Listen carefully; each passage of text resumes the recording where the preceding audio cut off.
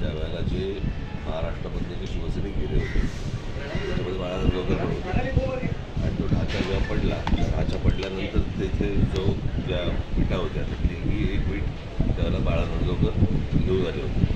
त्याच्याकडे त्याचा 2 विटा होत्या, एक आहे त्यांच्याकडे घरी, दुसरी वीट आहे.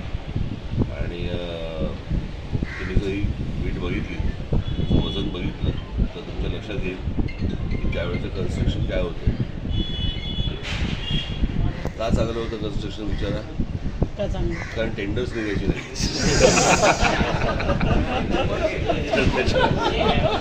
त्याच्यामुळे तुमच्या हातामध्ये मी देतो, तुम्ही याचं वजन करून बघा.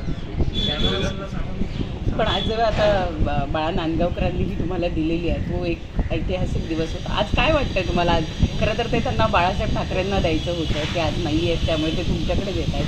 काय वाटलं आज तुम्हाला जेव्हा त्यांनी हे दिलं तुमच्या हातात की वीट दिल्यावर? नाही, हा तर ढाचा पाडल्याचा पुरावा आहे.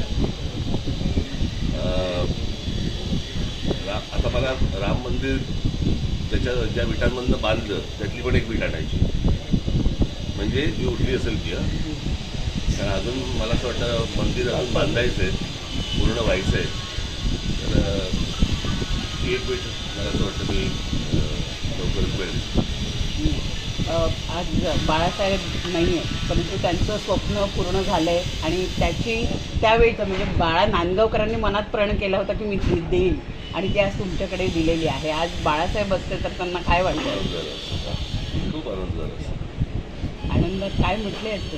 असं काय म्हणत डायरेक्ट साहित्यावरती गेलो तो. मात्र निमंत्रण भेटून सुद्धा ते आयपीएलला गेले.